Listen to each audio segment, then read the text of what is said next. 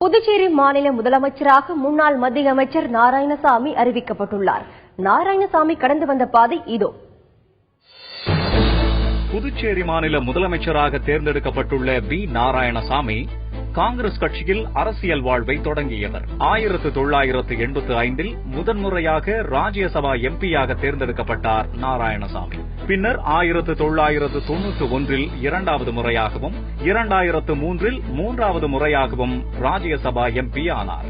2009இல் புதுச்சேரி தொகுதியில் போட்டியிட்டு முதன்முறையாக மக்களவைக்கு தேர்ந்தெடுக்கப்பட்டார். மன்மோகன் சிங் அமைச்சரவையில் மத்திய நாடாளுமன்ற விவகாரங்கள் துறை இணையமைச்சராக பதவி வகித்தார். இந்த காலகட்டத்தில் பிரான்ஸ், சீனா, ரஷ்யா, மங்கோலியா, சுவிட்சர்லாந்து, மலேசியா, துருக்கி, வடகொரியா உள்ளிட்ட நாடுகளுக்கு பயணம் செய்துள்ளார். 2014ஆம் ஆண்டு நடந்த தேர்தலில் புதுச்சேரி தொகுதியில் மீண்டும் போட்டியிட்ட இவர் என்ஆர் காங்கிரஸ் வேட்பாளரிடம் தோல்வியடைந்தார்.